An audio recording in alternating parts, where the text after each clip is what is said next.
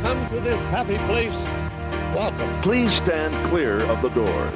Por We favor, invite you manténganse alejados de las This here's puertas. the tonight's wildest episode, ride in the twist world. us in this elevated travel. Doorless chambers.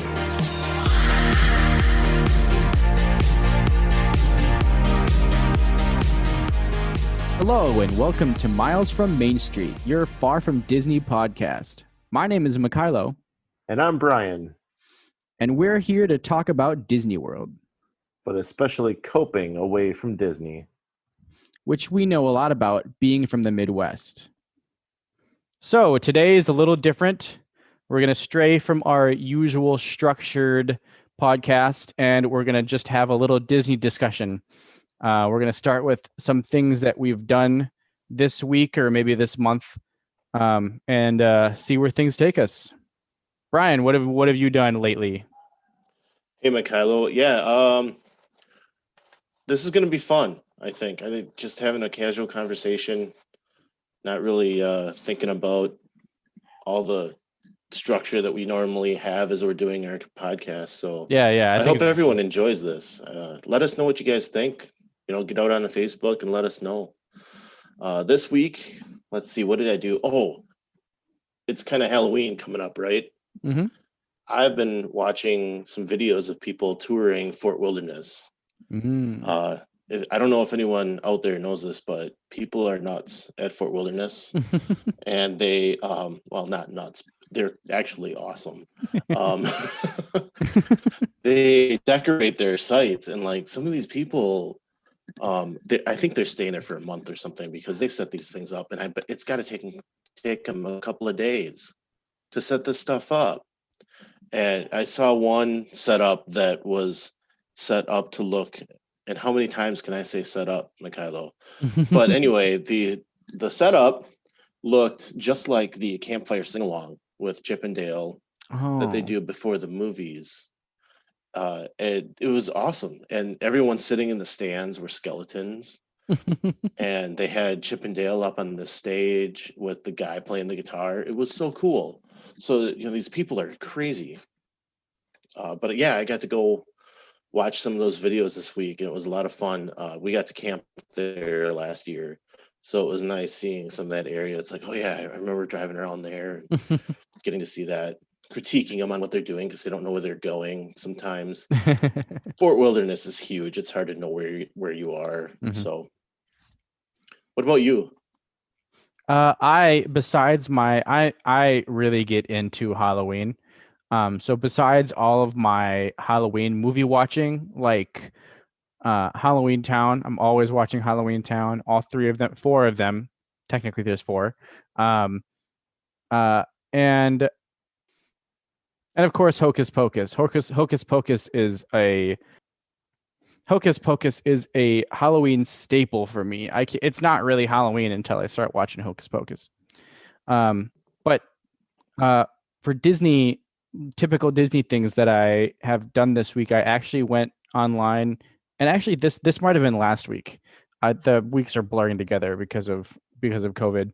I actually think it was last week. I went online and they recently released those the blue Spirit jerseys, and that was I saw that.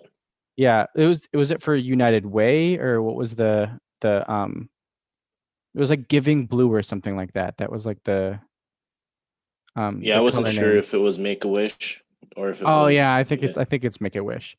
Yeah. But I went online, and I wasn't really. I loved the Spirit jersey, but I wasn't really feeling the Spirit jersey. But the mask that they came out with, it's the face mask with the Disney World D on it. I scooped one of those up like right away, like right when they dropped, and I'm really excited about it. Oh yeah, the Spirit jersey D, like, so it kind of matches the Spirit. Yeah. It looks pretty cool.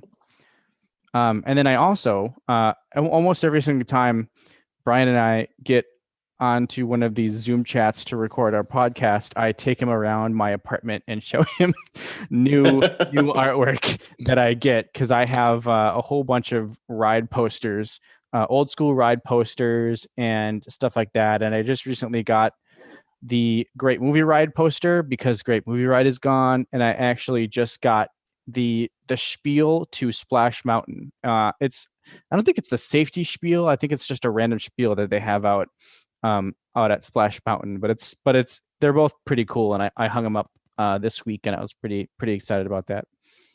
So those are One of the last signs you see as before you get on the flume, the log ride, right? Yeah. Yeah. And you may get wet.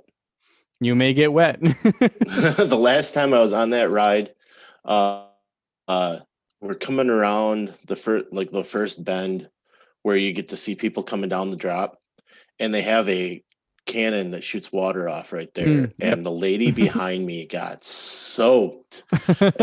I got like nothing on me, and she's back there going, "Oh my gosh!" And so don't sit in the last row. Yeah. I noticed on Splash Mountain, you'll either get completely drenched or like not wet at all.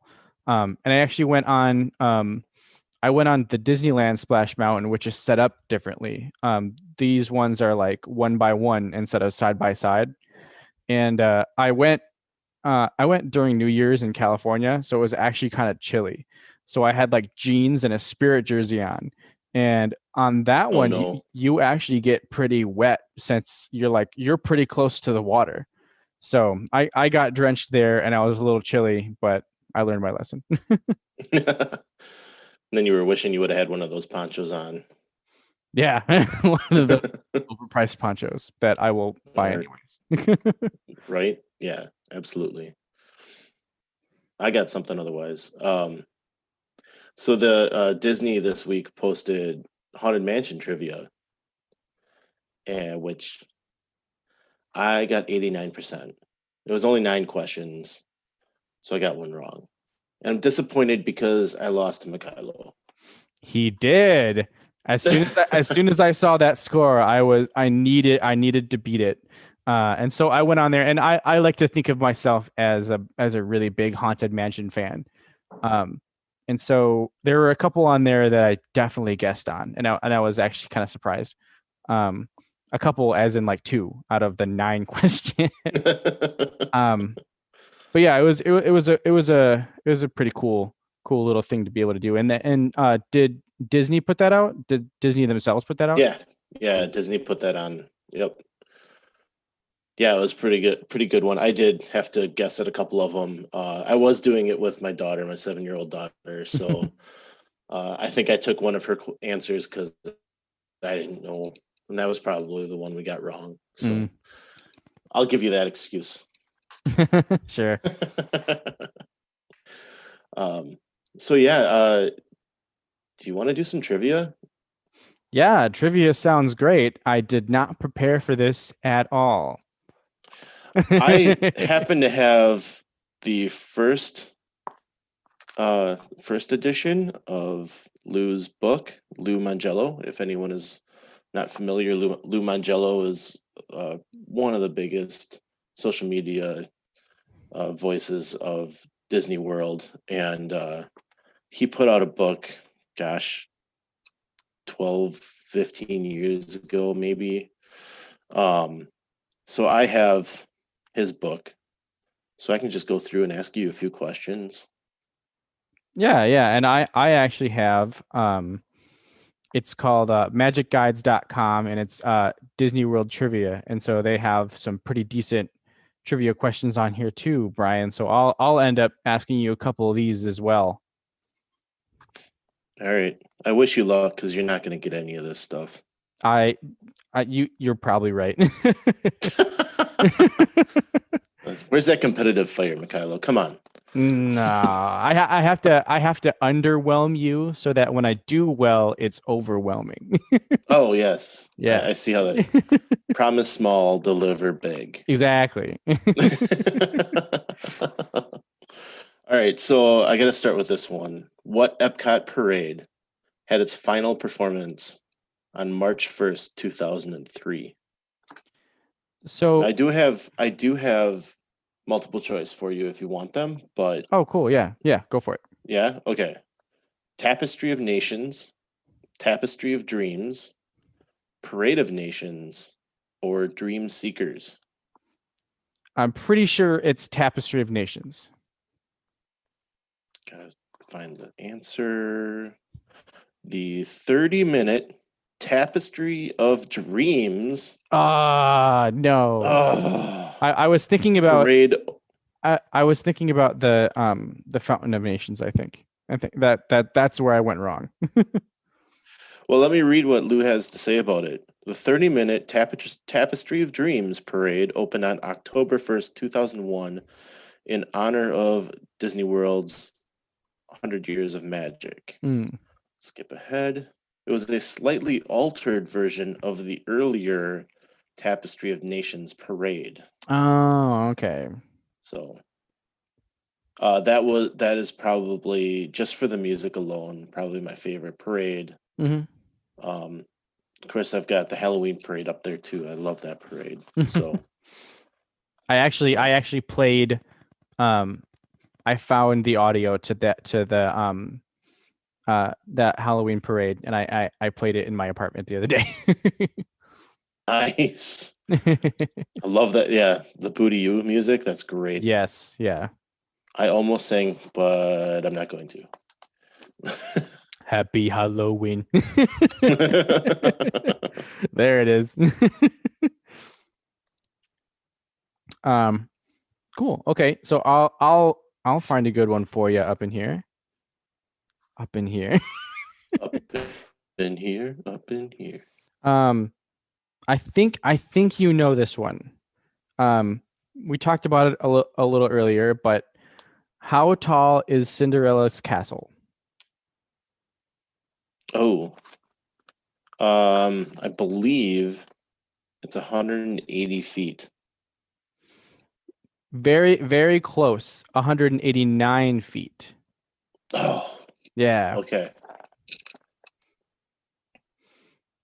Which keeps it under the ceiling that the FAA requires you having to put lights on it. Yes, correct. Yeah. And I'm sure we could elaborate more, but I'm sure those questions are going to come up too, because those types of questions always come up in these trivia things. So, how about this one? How many audio animatronics figures are there in the Magic Kingdom? Oh, 350, man. 775, 999, or 1100? Now, we said we weren't going to take or have questions like this, but this one just kind of intrigued me because there's what? Well, at the time of this book was written, probably 43 presidents Yeah. alone. But then I don't know. I guess I didn't think about Tiki Room. There's a lot in there. So what do you think, Mikhailo? Oh, yeah. Could I hear the answers again? 350, 775, 999, or 1,100? I'm gonna go with the 700 number. Wasn't it 775? 775? I'm gonna go with that one. Yeah. And the answer is 1,100. Holy. Yeah. I mean, I don't know why I ever doubted Disney. That's a lot of audio animatronics in the Magic Kingdom. You think about Carousel of Progress has a lot. There's a lot in Country Bears. Well, you have to think about that. Almost every attraction at the Magic Kingdom is audio animatronics. Is there? I think the better question is there a ride at Magic Kingdom that doesn't have audio animatronics in it? People Mover. No. What about the little scenes in the People Mover that you have? Are there any audio animatronics in that? I don't think so. I don't think so. I could throw Astro Orbiter. Yeah, or I don't know. Pirates has a ton too. Jeez. Oh yeah, Pirates has. Yeah. And everything in Small World. I didn't even think about that. Wow. Yeah. Oh my God, Small World alone. So yeah, that's crazy. I mean, I totally believe it. Yeah. Oh, yes. Here's a good one. And this is almost kind of like Disney lore. And I'm surprised it's in this. And I make it a point to mention this almost every time I ride Pirates of the Caribbean. What do cast members say as they shut down Pirates of the Caribbean every evening? This is that superstition one, isn't it? Yes. There's like a ghost or something they think's living there. Yep, you're right on it. Oh, It's I'll give you a hint. It's his name. yeah. It's like Goodnight Harold or something. Can't remember his name. It's Goodnight George. George. George is the name Should of have known that. the ghost at Pirates of the Caribbean. My 8th grade, I think it was history teacher, had a fungus growing on his desk that he called George. I should have known. Should have known it was George. My favorite thing to do is when I get off Pirates of the Caribbean, and I'll talk to whoever I was on there, and I'll be like, "Wow, that one animatronic that said his name was George was really realistic." As I pass cast members, that's always pretty funny. I think, I mean, they at this point, I think I've talked to one of them before, and they've said that they don't do it anymore. But yeah, it's always kind of funny to do that because it's like a little inside joke that not a lot of people know. Which is why I was surprised that it was in here. I had forgotten about that one, so yeah, I'll have to try to remember that next time. All right, so I got a good one for you. Which evil creature confronts Mickey at the conclusion of Fantasmic? So take yourself over to MGM Studios. At the end. At the end of Fantasmic. Yeah. I want to say Dragon because that's what's in the promotional stuff for Fantasmic. And I know at one point he fights a snake, but I feel like that's like pretty early on. And then I think at one point does he fight the demon or whatever in Hall of the Mountain King? I can't remember. I'm gonna go with Dragon, and that's my final answer. How about I give you the multiple choice? Okay, go ahead and do that. There's probably nothing that I just said in the multiple choice. Well, you're close. I'm not. I think I know the answer. I haven't looked at it yet, but is it Maleficent, Ursula, Jafar, or Scar? Well, Maleficent would be the dragon that I'm talking about, so I'm gonna say Maleficent. And survey says I'm on the wrong page. Here we go. Maleficent. Yay! Is that the first one that either of us has gotten right? No, well, yeah, I think you're right. Boy, we're superstars at this stuff. That just shows that we're good at finding questions that are going to stump each other. There you go. I love Fantasmic. I've told my Fantasmic story on here before, right? You know, it's probably worth telling again. Yeah, well, I have a friend. His name is Paul. I won't give his last name. But he used to be a photographer at Disney. He would do PhotoPass stuff. And I went out to Disney at one point and we were hanging out at Hollywood Studios and I had never seen Fantasmic before. And he was like, "Oh, you totally need to see it." And so we get in line and we're waiting. And then another cast member walks past us and sees Paul. And she's like, "Oh, hey, what's up, Paul?" And they start talking. And she asked what Paul was doing there. And he was like, "Oh, my friend here has never seen Fantasmic before." And she goes, "Cool, come with me." And she took me and Paul to the VIP seating area and sat us down before anybody else got in. we were able to sit in this like sectioned off area, not crammed in with everybody else, in like right in the middle, right perfectly where you can see everything. And it was just amazing. It was such a cool experience. And I'm an audiophile. I work for a production company, and so I like audio stuff. And supposedly where that VIP section is where the soundboard was when they were mixing everything. So I thought that was really cool, because that's usually where the sound is best, because that's where it's getting mixed. So I thought that was all really cool, and that was my first and so far only time I've seen Phantasmic was in the VIP section. We probably won't be able to beat that again. Right? Exactly. Um,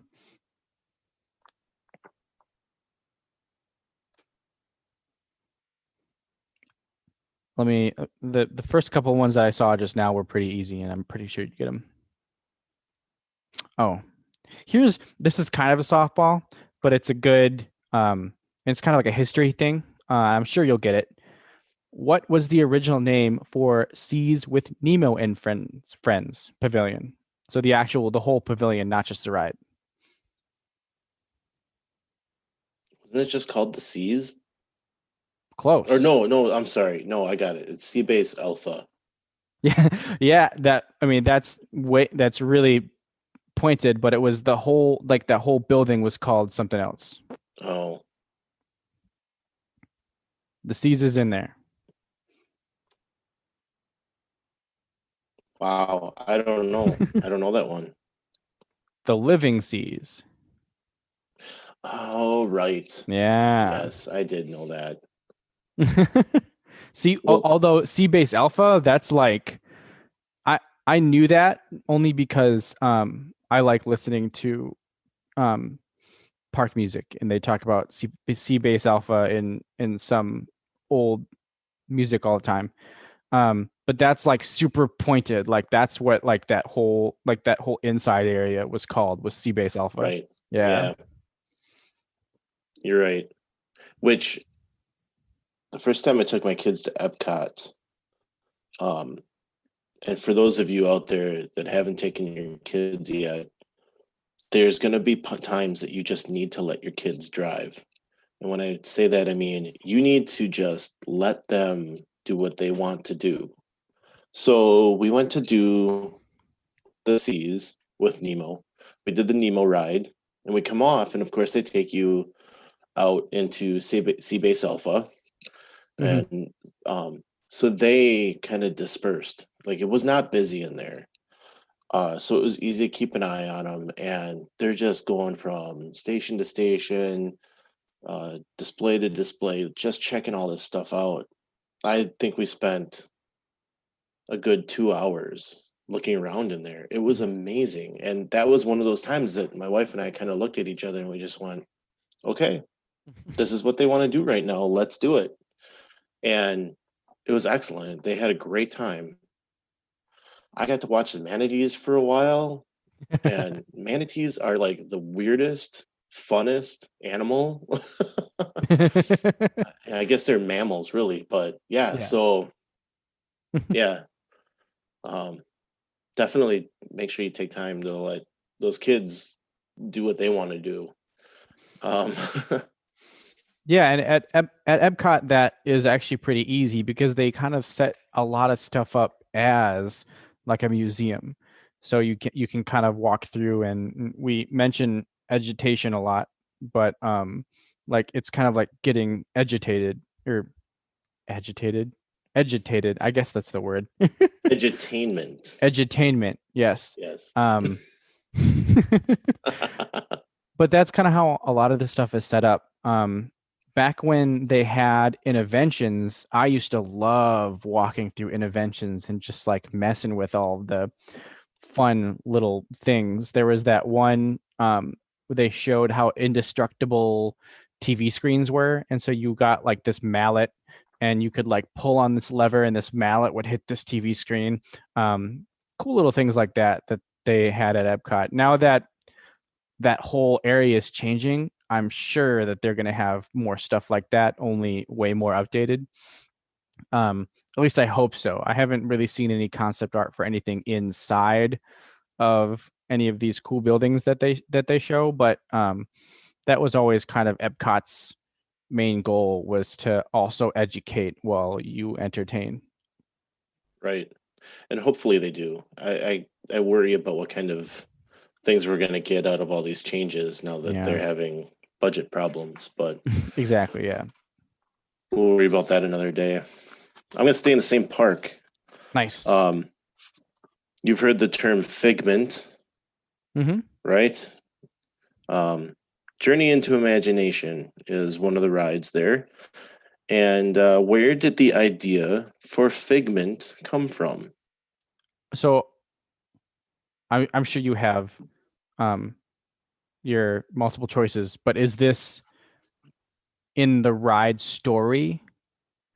No, this Okay, is okay. how did the Imagineer come up with the name Figment? Oh, okay, okay. Because I was gonna say, isn't Dreamfinder, isn't he the one that like thought up everything?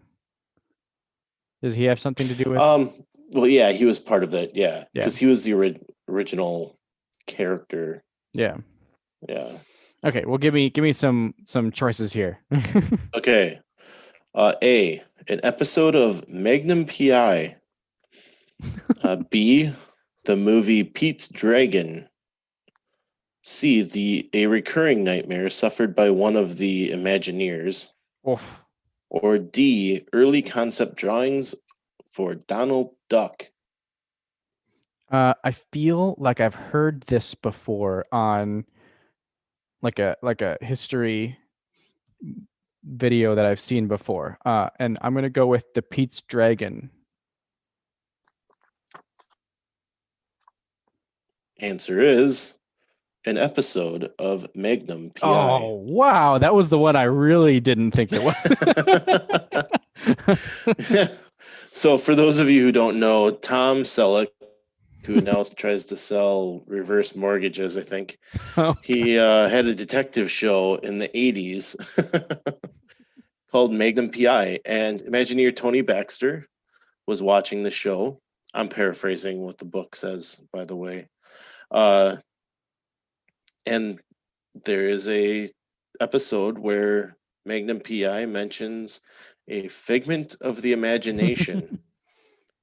And he said, oh, I guess, oh, okay, sorry. It says figments don't eat grass is the actual line from the show. So who okay. knows? So there you go. That's Tony Baxter coming up with figment. So it was later developed by Exitensio. Very cool. I have to say that I'm actually a pretty big Tony Baxter fan. I love almost everything that he's come out with. He was the one behind Splash Mountain, and that's another one that's pretty near and dear to my heart. And so I just love most everything that he's done. He was also, I'm pretty sure he was really involved in either Euro Disney, or I think it's Euro Disney. He was really involved in coming up with the layout of that park. So very Yes. cool. He and Big Thunder Mountain was kind of his pet project. Yep. And Thunder Mesa, which is what they brought to Paris. Mm-hmm. And yeah, and he also came up with Splash Mountain. So yeah.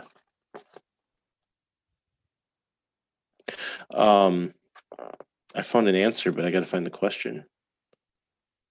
Can you name the 65 million year old T-Rex found in Dino Land, USA? Oh, I know this one.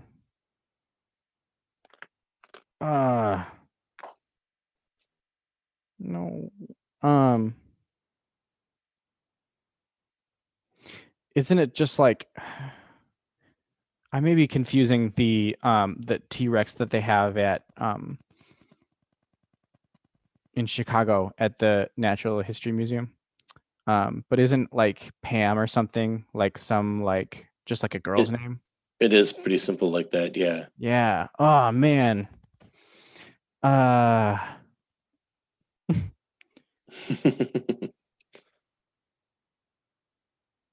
I can't think of it.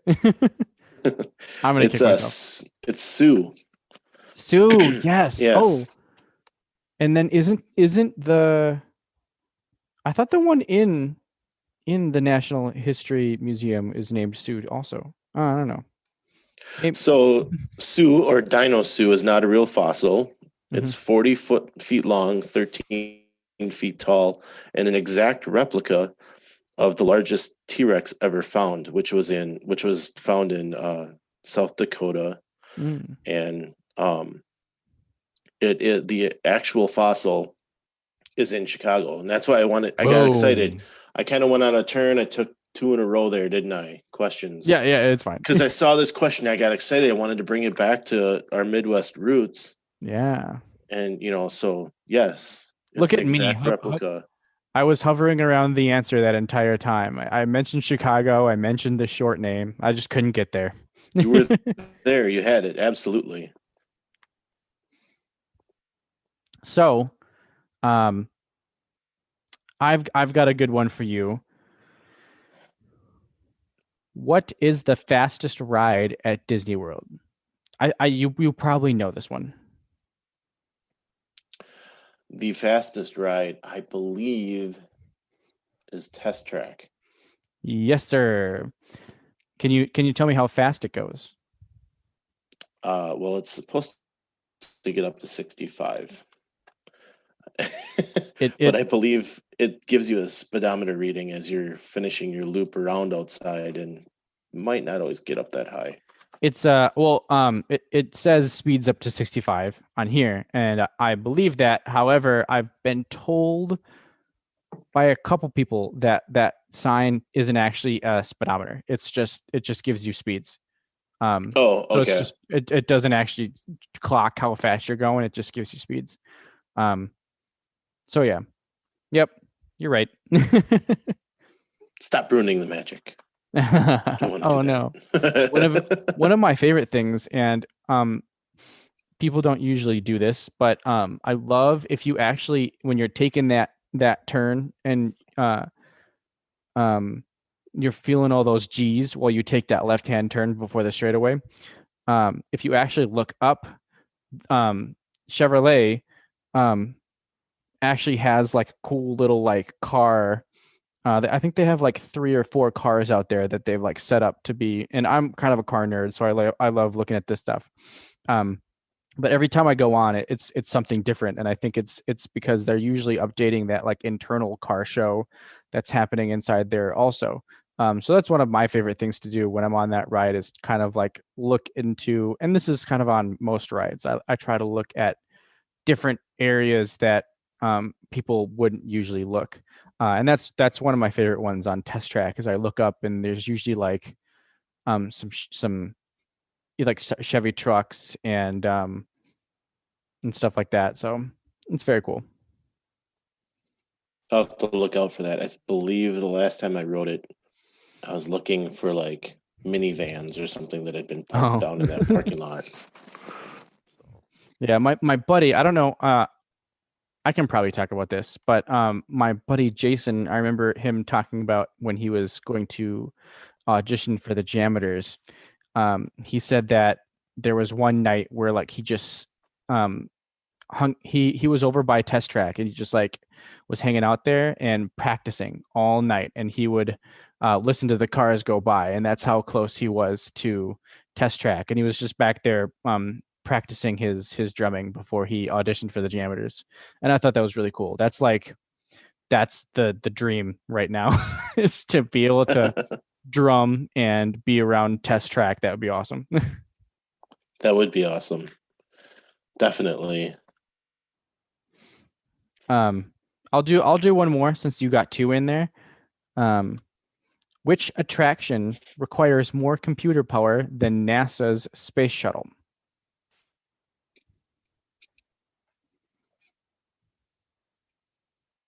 Wow, that's a tough one.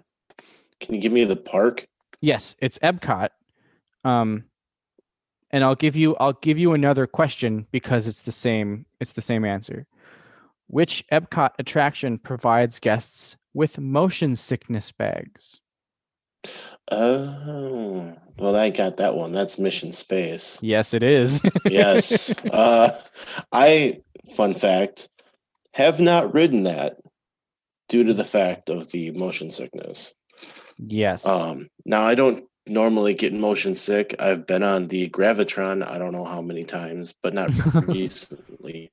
Mhm. So yeah, I have not ridden it.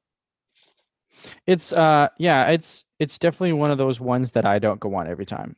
My most recent trip to Epcot, I did not go on it, and I've definitely had a couple times. I've never ridden the green side. I've only ever ridden the orange side, but yeah, I've had several times where I've gone on there, and it's not not been a fun time. And my brother, uh, he's totally fine with motion and stuff like that, but he doesn't like that ride because he doesn't like enclosed spaces.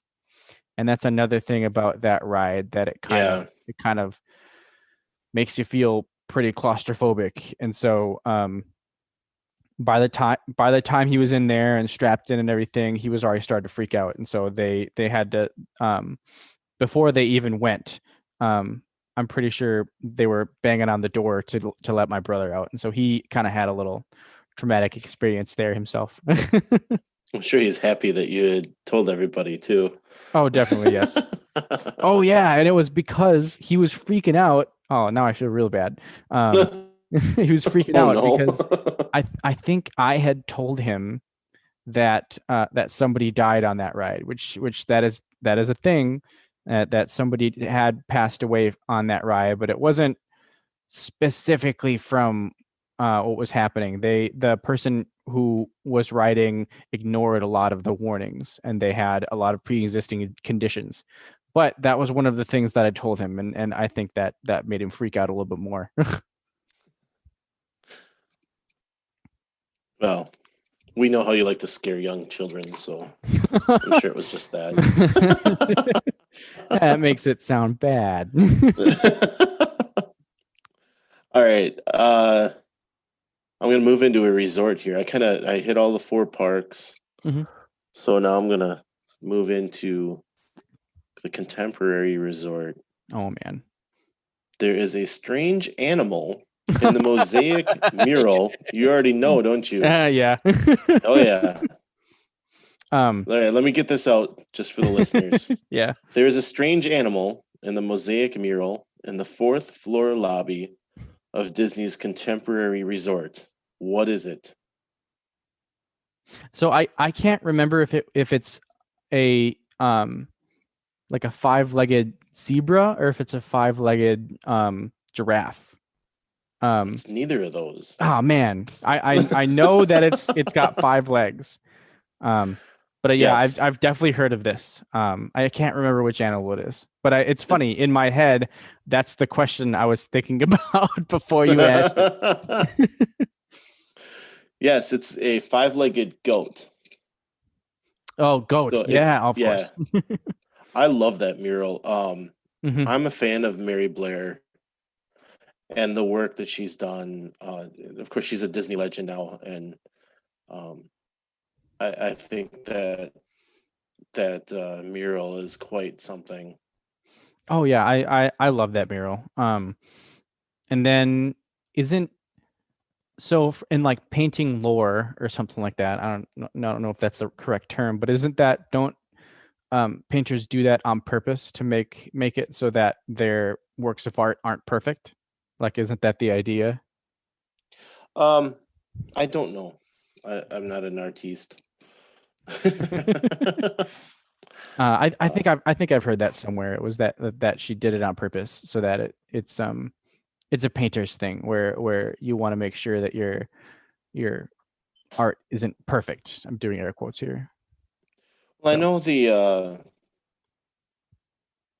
Moroccan tile artists, they will always leave an imperfection because is it Muhammad or Allah or whatever? I don't remember what they call their god.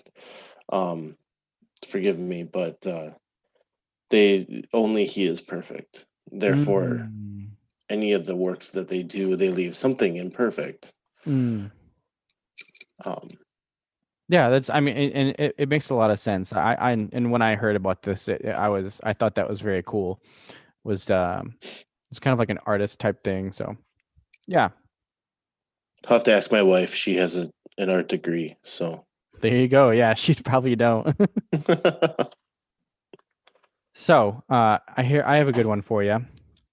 Who was the first rock band approached by Disney to star in the Rock and Roller Coaster attraction? Oh, I've never heard that question before. I've heard a lot of the history about this, because there's actually a um YouTube channel, what's his name, not Extinct Attractions, I can't remember. I'm gonna have to look it up and let you know. But they do a lot of cool obscure videos about little things like this. So I knew this answer before, and there's actually more to this answer than that I can give you. Um, I'm gonna go with Bon Jovi. no. um, I almost said you're close, but I don't think you're close. The answer, um, the answer is U2. Oh, Yeah, the that band was- U2. Okay. So U2 was the first one, and U2, I believe they were. Oh wait, no. I believe U2 was interested, but they ended up asking for too much money or something like that. And on here it actually says when they declined, Aerosmith was offered, and actually that's inaccurate. There were several other bands that were approached by Disney, like Kiss. Kiss was a band that was approached by Disney for Rock and Roller Coaster. What's another band? There were a couple other bands that were approached, and they all kind of did the same thing, where they either weren't interested, or they were asking for like an obscene amount of money, like millions a year for the rights and stuff like that. And Aerosmith, actually, they were working with Disney at that time for the movie Armageddon, and they were coming out with a new single, and Disney actually like built they actually built the roller coaster and the show building and everything before they had actually signed anything with Aerosmith, with them being the actual band for it, because they were just waiting till the last minute to see if any of these other bands that they had approached wanted to do it. But then as soon as they approached Aerosmith was like super into it, and they were giving them, I think the only stipulation that they had was like one of their newest songs that they had just come out with, they wanted to have in there, which was like not that popular of a song at the time. Sure. But yeah, that they were super into it. But there were a couple bands before Aerosmith that were approached for Rock and Roller Coaster. Too bad, so sad for those other bands. All Although right. it would have been, I think it would have been kind of cool to see U2 be the band that in there other than Aerosmith. But I don't know. Yeah, I mean, and maybe it's because I've grown up only knowing that ride as an Aerosmith ride, and actually, to be honest, I was never that big of an Aerosmith fan until I rode that ride, and kind of it opened my eyes to some of their songs, and now I would consider myself, I'm not like a fan, but I enjoy their music. Mainly because it makes me think of Rock and Roller Coaster.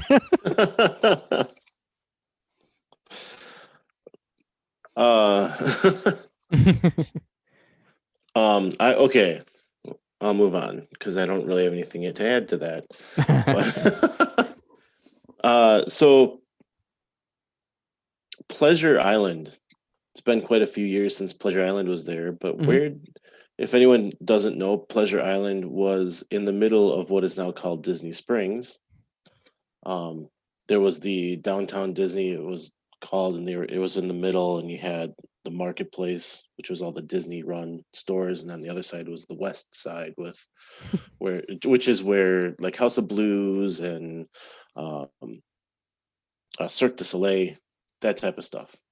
So anyway, Pleasure Island was in the middle, and it had lots of dance clubs and a jazz club, a comedy club, all kinds of different fun, different things you could do.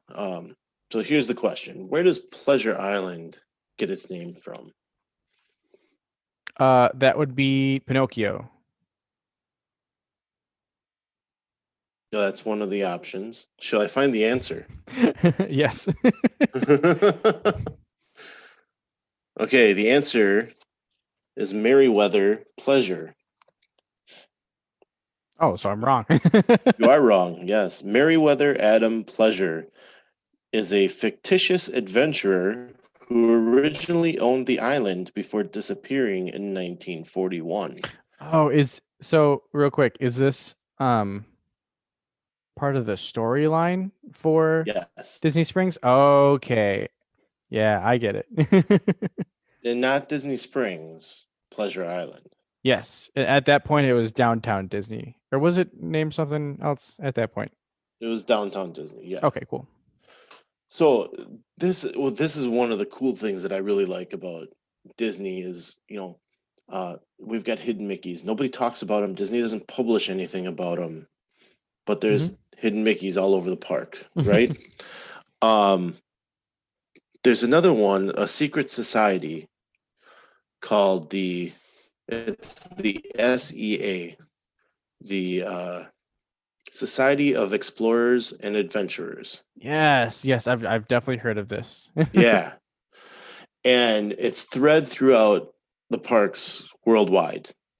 And this is kind of where it got started, was Merriweather Pleasure having Pleasure Island. And within Pleasure Island was the Adventurers Club, where some of the other characters lived.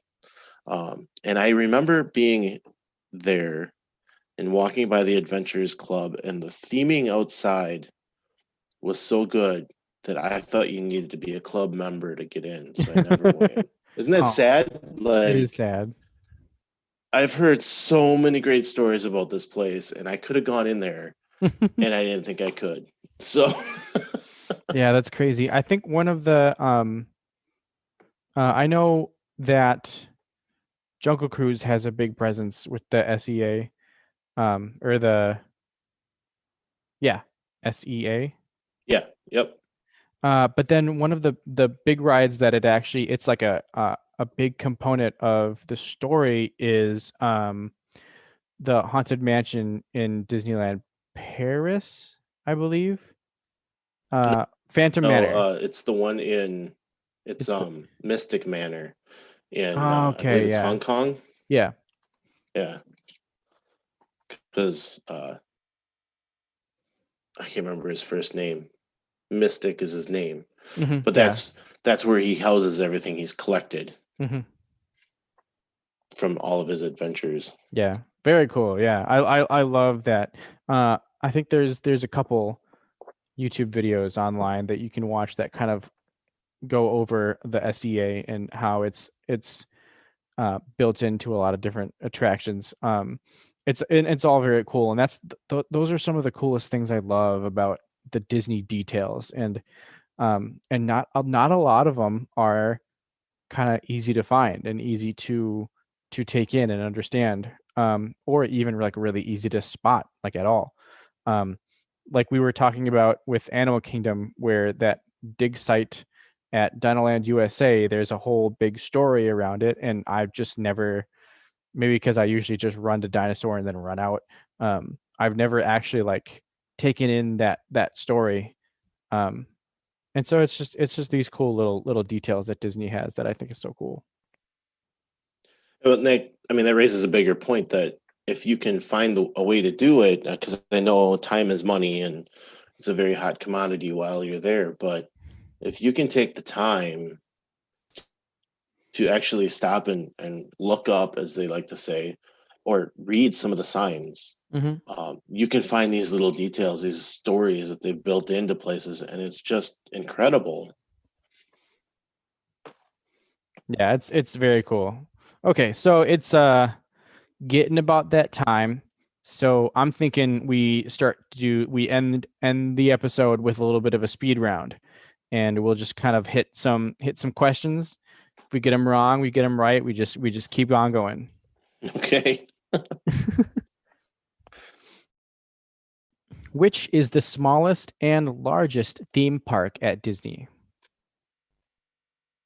The smallest would be the Magic Kingdom, and the largest would be Animal Kingdom. Correct. I'll go again. What is the utilidor? Utilidors are underneath the Magic Kingdom, and that's where the cast members are able to move around the park without being seen. Bonus question. What does utilidor stand for? It stands for something? Yes. I don't know. Utility corridor. Oh, okay. Utility corridor. Yeah. Got it. And last, how far apart are trash cans at Walt Disney World? I think it's like 8 feet. There a certain amount of steps from each one. Steps. Oh, steps. Oh, I would say 15 steps.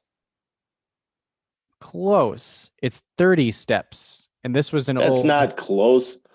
You're halfway there. I'm only halfway there. This was an old Walt thing, and I think he started this at Disneyland, but he found that after 30 steps, people end up just throwing their trash on the ground. Which is terrible. We But don't want that. Okay. All right. So here you go. In what former attraction was the song? This is an old book. Let's remember. So let me rephrase it a little bit. In what attraction do you hear "One Little Spark"? Oh, that is I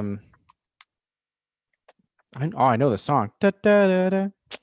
Da, da, da, da. Is that Figment? Yes. Yes. But what's the name of the attraction? Is it Journey into Your Imagination or Journey into Imagination? Journey into Your Imagination, I believe, is the current version. So Journey into The Imagination. old version, yes. Where have you heard "It's Land Ho, me hearties, at last we've arrived"? Oh boy. I mean, the typical answer, or the answer that I kind of want to say, is Pirates of the Caribbean, but that seems too obvious. Can you say it again? It's "Land Ho, me hearties, at last we've arrived." Oh man. I'm Lightning not. round, sir. Oh, I know. I almost want to say Spaceship Earth, but I know that's not right. I know almost every word in Spaceship Earth. Land ho, me hearties. We finally arrived. I don't know. The American Adventure. That would be why, because I've never watched that. All right, and final one is, what street disappeared in 2001? West Center Street, Tomorrowland Turnpike, Main Street USA, or Sunshine Street? Oh boy. What was the name of the Tomorrowland one? Tomorrowland Turnpike. I'm gonna say Tomorrowland Turnpike because I'm guessing that was a part of the bumper cars. Tomorrowland Speedway. Speedway. No, it's West Center Street. Oh man. Which was to the left as you're walking towards the castle down Main Street, USA. Mhm. It went to the left. So there's one on the right Oh, yeah. still, but there was one to the left, and it's no longer there because they Okay. wanted to create an emporium that went all the length of Main Street. Yeah. which I really enjoy. I love. That's pretty much the last thing I do when I go to Magic Kingdom is I walk into there and I just slowly procrastinate before I leave Magic Kingdom. Yeah, that was the that's also another trick when you're leaving at night. You can cut through the emporium Mhm. instead of walking with everybody down the street. Yeah. And they won't kick you out. They will politely ask you to leave. I don't even think they ask you to leave. They will politely kind of get you to the front of the park, which the emporium is kind of like there, but they always kind of just slowly close the whole park. And I've stayed in the emporium for hours before waiting for people to kick me out because I don't want to leave. But there you have it. I would say Brian is the victor in the speed round with he got all of the questions correct and I only got one. I don't know. I like to pick some of the tougher ones or the ones that are kind of out there type Oh, ones, yeah. So Yeah, you've got Lou's book, and I'm sure that is a pretty difficult one because he's super smart about almost all things Disney. yeah, he's a wealth of knowledge, that's for sure. Well, there you go. Brian 1, Mikhailo 0. I'm sure we'll do this again, so Could be a good time. yeah, definitely. Maybe next time we can get a listener to come on with us. That would be great. Yeah, I would love to do the type of things that other people do where we kind of have trivia at the end of every episode. So let us know if that's something that you guys would be interested in, and we'll make it happen. Love it. That'd be a great idea. Yeah. Cool. Well, thanks for listening, and we'll catch you next time on Miles from Main Street. Thanks for tuning in. If you enjoyed the show, please rate us on iTunes and subscribe. Email us at milesfrommainstreetpodcast@gmail.com with any thoughts, and visit us on Facebook under Miles from Main Street. We'll be bringing more to you weekly and look forward to talking to you then. Until next week, remember, Some live close, but most of us don't. so let's talk about it.